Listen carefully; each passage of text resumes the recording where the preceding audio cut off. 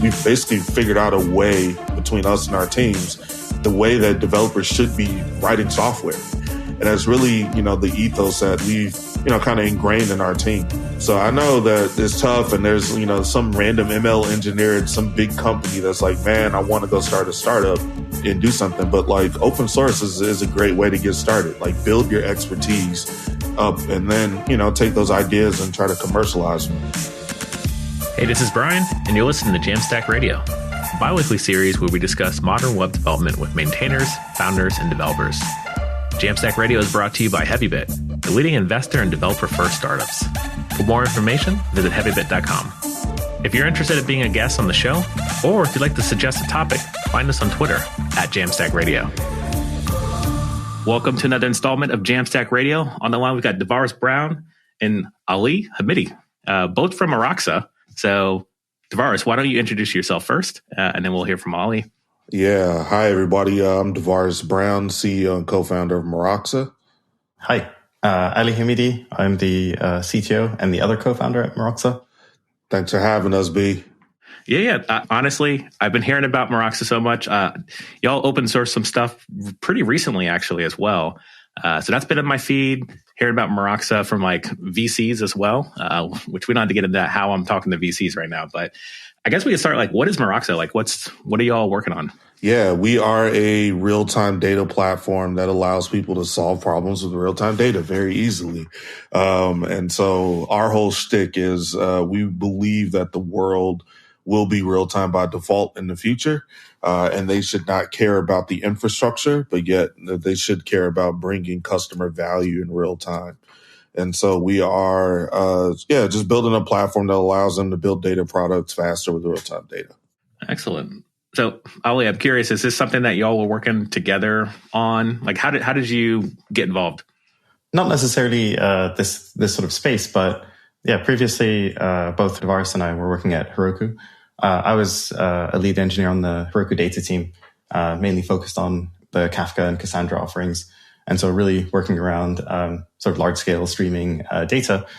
And yeah, DeVaris and I were partnered fairly frequently on these customer success summits or meetings where we'd get to talk to customers and kind of learn about issues that they were facing and sort of problems that they wanted us to help them solve. And so Heroku and many other companies provide really good managed data services. So, it's trivial to get a database or a Kafka hosted and managed for you, and it's sort of hands-free operations. But we kept hearing about sort of the similar or really common theme was running the infrastructure is handled, but the sort of the data integration part is missing. What's the experience beyond that? How do we get data from Postgres to Kafka, from Kafka to Snowflake, or any of these permutations? That tooling was really the missing piece. And so, we dug into the problem space a bit more. And really what you find is sort of real time specifically is really poorly served. The tooling kind of sucks. The experience is pretty awful. And, no one really addressed it that well. And so that was kind of the opportunity for us is, all right, if we were to build something that really solves this problem well, what would that look like? Awesome. Yeah. And DeVaris, you had mentioned real time. Data is going to be real time. It doesn't matter like infrastructure, and that's what you're trying to solve for customers. So could you expand on that? Like, what do we talk about real time data? Who needs real time data? Like, what are some examples that people should be thinking about?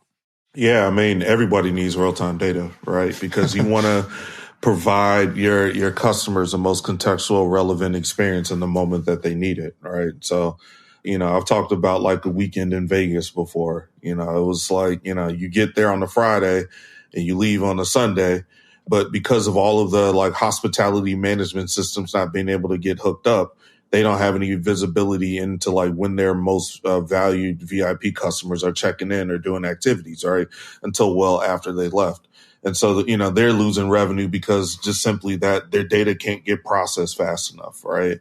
you think about, people that are in finance, looking at leading indicators and things like that, right? Like, I always remember watching Billions and looking at Bobby Axelrod reading the news and then, trying to make a trade based off of something that he saw that happened in New Zealand and like all this other stuff, right? And it's like you need that data to help you make the most informed decision in the moment that you need it in. You think about a large fintech company that, we go on vacation, we swipe our card once and it works, and then you swipe it again and it doesn't. It's because they're updating their fraud detection models and it takes 2 to 3 hours to do so, right?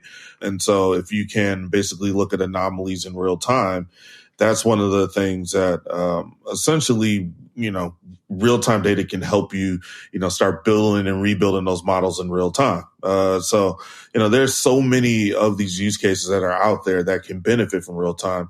But the biggest distinction for me is to not conflate event-driven and real-time data like so many other people do, right? They think that because that the event happens, you have to act on it in a minute. And what we're saying is that no, you can just capture the data in real time. You can decide what to do with it in the minute, or you can just, put it into a static place where you can do analysis later. And I think that that's something that, we need to have better tooling, better frameworks, better rails to help people get that stuff. And I know that's really why we started Meroxa, is to usher in that new world of experiences, right? Like, there's so many things that we could be doing today that we need data in the moment that, I can even give you a real simple example is that if I'm in an e-commerce website and I want to figure out, all right, well, what's the time that it takes people to add something to the cart and check out? Well, that's a real easy thing to do when you have the granularity of, kind of like this real-time event that happens inside of your database. And so there's any number of solutions that you can build based around or intelligence you can glean from that, including building your own, cart retention software, right? Or cart abandonment software. That's something that, there's a ton of, companies and vendors that are doing that today, but, is literally like 5 lines of code, right? Yeah. If you have that data available to you. So, those are the things where it's just like, we just feel that there's going to be a whole new set of experiences that are going to get built because now real-time data is the default. We don't necessarily have to just depend on, this database just tracking this thing and, capturing a snapshot at a time. Now we can see all the events that led up to that snapshot and who knows what's going to happen next. And that's really what we're banking on. Yeah, that's you started the explanation with stock trades. And I know from folks who did stock trading in Chicago, which you're originally from Chicago, right? Yeah, man. All the jump trading folks and Renaissance Technologies and all those cats. Yeah. Yeah. There was a race to the commodities trade. Actually, they ran a cable from Chicago to New York. So that way, whoever had the results as fast as possible had the competitive edge. Because as we saw with folks like Robinhood, when they had issues last year, it's who can have the deal go through quicker is who's going to win. And the milliseconds matter. I'm intrigued. I'm intrigued by the product and intrigued by what you're offering is. So I guess my ask is or my question rather is customers. So I have a Postgres database with for the product I'm working on is tons of GitHub data. And my goal is to provide insights for maintainers and product owners and OSPOs to identify what's happening in their product. And the challenge is most GitHub services or data services you get 24 hours, and mainly because everything's built on a GitHub archive. So I guess how would I approach leveraging Meroxa? I know you have a couple different products and open source projects as well, but how would I approach it as a developer who has data? Yeah, I guess we can start with sort of the Meroxa platform. Proper. This is our commercial offering, and essentially what we focus on is really giving sort of direct access to your data, so your Postgres data through CDC, so change data capture. Essentially, the platform makes it really, really easy to point the platform at your database, and we'll set up a CDC stream that will just push all of the changes into the platform. From there, you can actually deploy any kind of custom logic you want and have it triggered based on changes.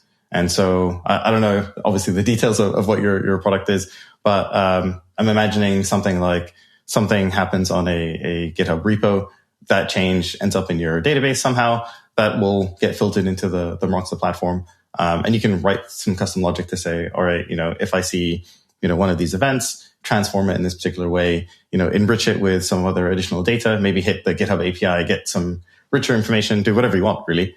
And then, pass that down the pipeline and do something else with it. So maybe you're posting that to another web API. Maybe you're writing it to another database. Maybe you're writing it back to the original database. You can essentially do anything you like. But the key is we make CDC access really, really trivial, basically. You just tell us about your database and we figure out how to do it. And then you can sort of deploy arbitrary code and have it act on your data in real time. That's really sort of the core offering of what we're building. Recently, we launched Turbine, which is our sort of code-first interface for building these data apps and data products. And so that's what you'd be using. You'd write a Turbine app that says, whenever I see this type of thing in my data, manipulate it in this particular way or enrich it or do whatever you need, and then pass it down the line. Excellent. Yeah, that's genius. I mean, it sounds genius to me because this is not the infrastructure world I don't spend a lot of time in. And I always look for tools like this that I can just sort of pick off the shelf. Because to be honest, I didn't choose the front end developer life. It was chosen for me at my last job. So to stop writing Go code, started writing JavaScript. So I spent less and less time working on the problems you're working on. So I love benefiting from solve problem solutions, things that I can sort of just install into my project or just point through API endpoints. So yeah, I'm just going to say it. I'm kind of sold right now. I mean, that's good, man. But I want to hear more about the product though. Yeah. I mean, that's the whole point, right? Is you as a developer shouldn't have to worry about all of that infrastructure. I mean, to your point about standing on the shoulders of giants, that's what we do, right? Like the infrastructure that we use is all open source components. And, we just figured out, the best way to stitch these things together. And then we put our secret sauce of automation optimization on top of that, right? And so, for us, it's really about when you connect to something, when you start streaming it, when you transform, when you distribute, all of that type of stuff. Notice we didn't say anything about oh man, you got to learn about, this random ingestion tool, learn the intricacies of Kafka, learn the intricacies of Spark to do stream processing, learn the intricacies of all these other tools. It's just nah, man, if you got an idea, just point Meroxa at the data source. We figure out how to get data out of it. And now you have this consistent data model for you to go interact with that you can just, transform, augment, enrich, mask, whatever it is that you want to do with this stream, and then distribute it wherever it is that you want to. But you as a front-end engineer don't have to worry about the intricacies of the configuration and the infrastructure. And that's really what we want to do, is democratize that access. And the cool part about it is, because it's all open source, we give you the ability to, configure the infrastructure however it is that you need it. Once you get more and more, complex, with your understanding. Yeah, that's wild too as well, because the open source element is also intriguing, because I'm a big open source fan, and I love the fact that I could also stand on the shoulder of giants in open source. They've solved problems. Companies have gifted us, come down from their large pedestals and gifted us an open source project to sort of slice and dice to our will. So what's the distinction between your enterprise offering and what people can do at open source? So in our case, sort of our main open source offering is a tool called Conduit. That's the main thing that we're really putting our weight behind. And Conduit itself is a lower level tool for data integration. And so Conduit's main focus is really taking data from a source and pushing it into a destination and doing it easily and efficiently and in a portable way. And so it's sort of an alternative to tools like maybe Kafka Connect, where it's much more focused on just the pure data movement part. The Meroxa platform as a whole is kind of an abstraction on top of that. And so the Meroxa platform uses Conduit. And this is, that's obviously the benefit there is, if Conduit succeeds, as it grows, as more people use it and build more connectors, then the Meroxa platform inherently benefits because now it has more connectors and more usage. So Conduit is really the main open source component. Beyond that, we have a number of other things that we've contributed to in our open source as well as part of the platform itself. And so, yeah, there's a number of components, but I think the really interesting part for us is Conduit itself. We made a very sort of early decision to make it open source. Like from the get-go, we knew that it should be open source. It's even split into its own GitHub organization. We have a separate team that works on it. Okay. Really, we approached it as, here is a legitimate open source product. And we wanted to really get the support of the community. And we want to sort of telegraph that, yes, we're taking this seriously. We are treating it as an open source, a proper open source project. We have a public roadmap. We develop in the open. We accept PRs. We're really treating it like a proper open source project, because I think that's what we need in order for it to be successful. It needs to be sort of embraced by the community. And in order to do that, we need to be clear about how we plan to work with the community and how we plan to support the community. That's interesting too, as well. If you're having like a separate organization, like it's almost like I don't know if there's a good comparison, but I think of like Kubernetes and GKE. Like there is the open source product of it that most people know, but like if you're a large enterprise, you're probably reaching for GKE pretty quickly because you don't want to be involved, or like licensing is an issue and stuff like this. So like, Do you feel like you're going to move into like the same pattern where you have this ecosystem of open source contributors, community, perhaps events and collaboration, even with like even other companies, and then you have the paid service, which is Meroxa? Yeah, absolutely. I mean, I think for us, really, Conduit scratches our own itch. So we needed it because, developing on Kafka Connect was not the most desirable experience. And the other piece of that too is that, really outside of the Confluent folks, Kafka, there really wasn't a lot of other voices in the streaming data world, right? And, for us, it was kind of like if Confluent didn't do it, then nobody else would. It took them 6 years for somebody in the open source world to give Kafka a UI, right? Like that was something, or Kafka Connect to get a UI 6 years after the fact. And it was like, with Conduit, that was the first thing that we did, because we were just like, we're just tired of troubleshooting and not knowing where topics were going and like all this other stuff, right? Like, the other thing that we ended up doing was like, it's a single Go binary. And so, instead of the, what is it, like the resource hog that's on the JVM, it's like 30 megabytes. And so for us, Ali can explain it better, but, we needed this. We needed to develop this in order for us to realize our true vision as a platform. And then we realized a community, our philosophy is like, look, man, we don't think that everybody should be paying an arm and a leg for automated copy paste, especially when you have to do so much to get copy paste going up, right? Like I got to set up Debezium, Kafka Connect, Kubernetes, Docker, like all this stuff. Yeah, I can run a Docker Compose and get it all going, but like that Docker Compose is looking pretty gnarly at some point with all the dependencies and all this stuff. And it's like to troubleshoot that was a pain. And so think about like, if I'm testing this in development or in staging, and then I have to do this in production, I have two behemoth kind of infrastructures that I have to manage and maintain. And for us, it was like, just, brew install Conduit, right? And like now you got a binary that's on your machine that, we can simulate the traffic locally, and like it works the same in production, and it's only 30 megabytes. It's written in Go. Transforms are written in JavaScript, right? Connectors can be written in pretty much anything because we have a plugin interface. I mean, it's just so many different things that we do that we were just like very, very intentional about the experience because we needed it. And so we knew that from our experience that, it was an itch that we needed to scratch. And then we've seen a good number of people using it in the wild. So, yeah. Ali, do you want to talk about like our motivations for building Conduit? Yeah, for sure. Sort of initially when we set out to build the platform, we focused pretty heavily on Kafka and Kafka Connect. Obviously my experience at Heroku and Salesforce, enabled me to kind of build that out. But we almost immediately realized that, running Kafka Connect and Kafka at scale is not an easy thing. And Kafka Connect in particular, it has some fairly sharp edges. And so really, we thought about if we want to do this, we want it to be successful. We want it to be sort of financially make sense for us.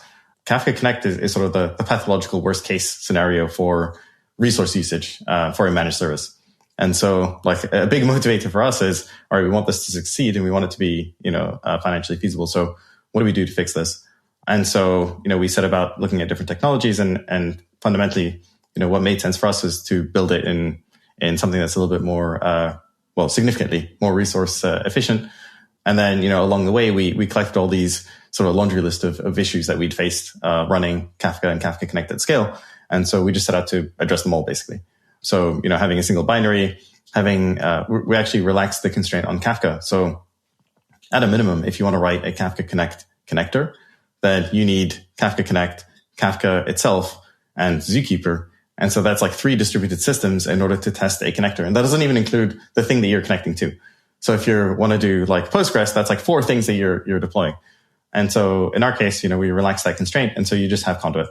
And you can just use an internal sort of in-memory buffer just to connect to your source and destination. Super useful for testing, development. It's pretty straightforward. And then, you want to write connectors. Kafka connector, you're limited to basically writing it in Java, which is great if you love Java. But if you don't, then you're kind of stuck.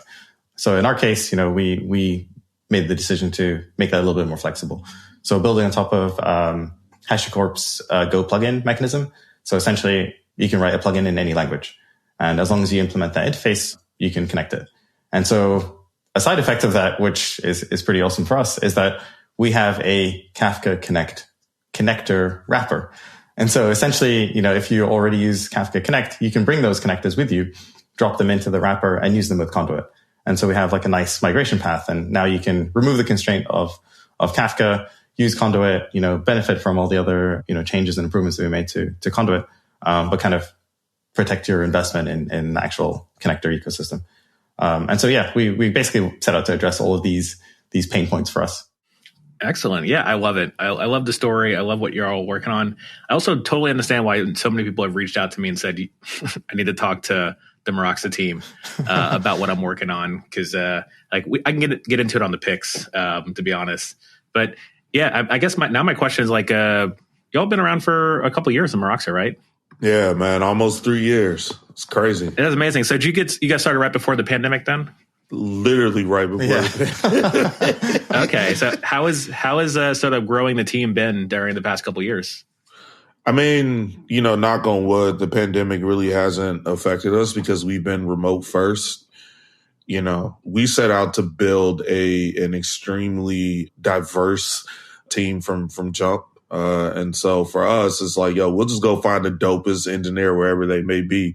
I used to say like, we want the illest dude in Iowa until we found the illest dude in Iowa from a DM from a Twitter DM, man.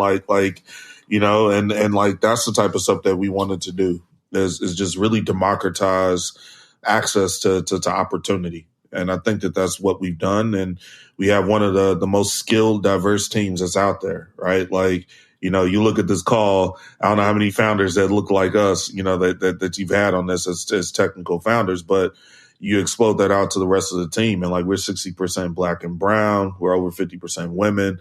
The exec team is over 80% underrepresented. Like, we're just building, a great culture. We're building a great product, and we're building a great business. So, and doing so in a way that embraces the community and, makes people feel welcome. And I think that that's something that, that has given us the ability to be able to do the things that we've done in the pandemic. Yeah, that's awesome to hear. And then, I mean, that's extremely impressive too, as well, like having such a diverse team.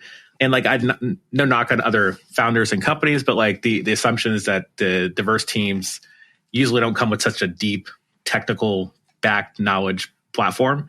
And y'all also bring that too as well. So yeah, that's pretty amazing.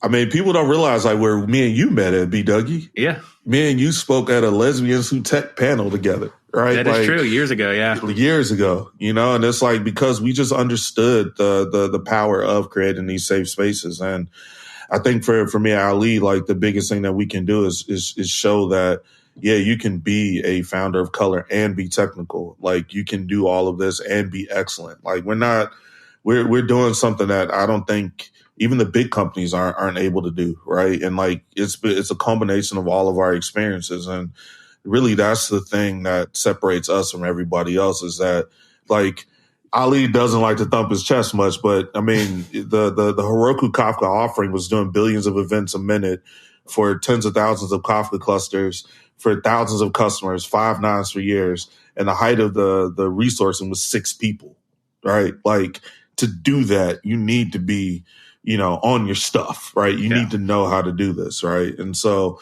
that's really the thing where it's like, all right. And then you have me on the other side that's like the developer experience guy. And really, if you look at all the things that we've done together, we've really basically figured out a way, between us and our teams, the way that developers should be writing software for years, right? Like you can't go to anybody and they not say, yo, where's the Heroku for X, right? And that's really, the ethos that we've, kind of ingrained in our team. So I know that, it's tough. And there's, some random ML engineer at some big company that's like, man, I want to go start a startup and do something. But like open source is a great way to get started. Like build your expertise up and then, take those ideas and try to commercialize them at some point. Excellent. Yeah. I mean, if y'all are listening and you haven't like already signed up to use this product or signed up to apply for our open role, y'all need to get on this right now. Appreciate that. I'm excited. I'm about to apply for one of your jobs right now. All right, man. All right. Excellent. Yeah. So I did want to round up the conversation on Meroxa now and transition us to picks. I do appreciate y'all sharing the vision and the product. I'm confident folks are probably reaching out and probably starting to install the stuff and check out the open source repos. But jam picks, these are things that we're jamming on. So it could be music, food, tech related, like all is relevant. And my first pick is PostHog. I haven't really used Google Analytics for like a minute. And I know there's been issues with GDPR and like, how do you do that with Google Analytics? And I think mostly that's just not possible. So PostHog is, I don't need analytics to be quite honest. What I want to know is like what onboarding looks like for people that use my platform. Like what happens after you logged in? Like how many folks, like, as you know, starting up a company and running this for a couple of years, like you got to know what the conversion looks like. So how many people, how many monthly active users, daily active users. So that was like all stuff I've done like 6-7 years ago. I set up in platforms, but like it was a whole, like Mixpanel was like the go-to, I think at that time. Yeah. But PostHog, it's open sourced. It was a YC-backed company as well. And they're providing all that stuff, but also you get to export and walk away with your data as well. That's what really had me interested in this. And the reason for that is the product I'm working on, which everybody who's listening has heard that I've been working on open source for a while. At the time of you listening to this, I'll be working on open source full time. So stepping away from my role at GitHub in the next couple of weeks. So when you're listening to this on your iPod or I don't know if people have iPods, iPhone.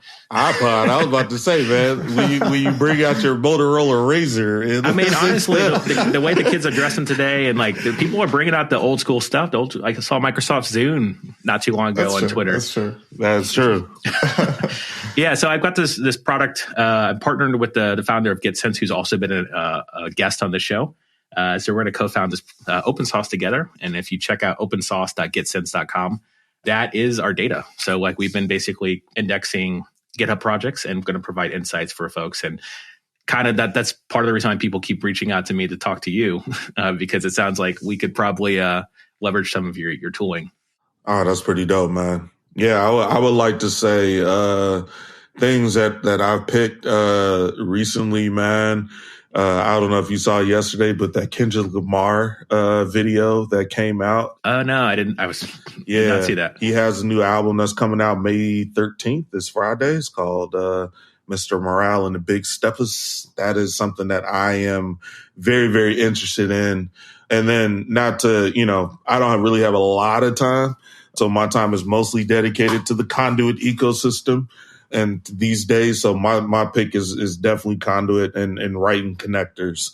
Like that's all we do, man, is just try to find ways that we can write connectors for things. So if you check it out, conduit.io, conduit.io. Yeah, man, that's really what it is and trying to help grow this thing. Excellent. Yeah, I'm definitely checking that out after we get jump off this call. Ali, you got picks for us? Yeah, just one of the things that I've been sort of playing around with recently is Lightstream. I think it was made the front page on Hacker News, but it's an interesting idea because I feel like if you're not familiar with it, it's basically building on top of SQLite and turning it into like a reliable data store with like replication into blob storage. I just think it's kind of refreshing to see like a sort of 180-degree turn away from like a bigger and more powerful, more elaborate, more distributed systems. It kind of takes it back to like SQLite is about as simple as you can get in terms of, lightweight databases. it seems like an interesting approach to take something so simple and then, try to make it reliable and kind of gear it up towards more enterprise usage. I just think it's kind of a cool approach. So yeah, I've been playing around with that. That's super, super fun. Yeah, maybe more of a general category, but, for us, our development environment is pretty elaborate, and it's kind of like a beast to deal with, because for a developer, they basically have to stand up 2 Kubernetes clusters, and a bunch of other systems. And so, looking into these tools where you have these hosted developer environments, we've been working with a YC startup called Nimbus. So I think their website is usenimbus.com. But there's a bunch of other ones. What was the one that we spoke to, DeVaris? I'm drawing a blank on the name. Oh, Octeto. Octeto. Yeah, Octeto, Okteto. Yeah, these products are amazing. I think, especially now as applications are getting much more elaborate, you're kind of going deep on microservices and all these other dependencies. That developer experience is beginning to suck pretty bad. And so these tools kind of rein it in and make it sane again. And that's obviously, we kind of pitch ourselves as a developer experience company. That's what we're trying to kind of deliver is a better developer experience. So yeah, I like these tools, and I think it's awesome to see this push towards, kind of bringing sanity back to developer experience. Yeah. Dude, I forgot the other thing that I was checking out too, man. Charm.sh. Oh yeah. Yeah, I've seen that. Yeah, shout out to Toby and Christian and the Fig guys, right? Like there's been this renaissance on the CLI that I think is really, really, really dope. For 2 reasons. One, because I learned on MS-DOS back in the day. I don't know, just trying to like run these full featured apps and having to know commands to do so.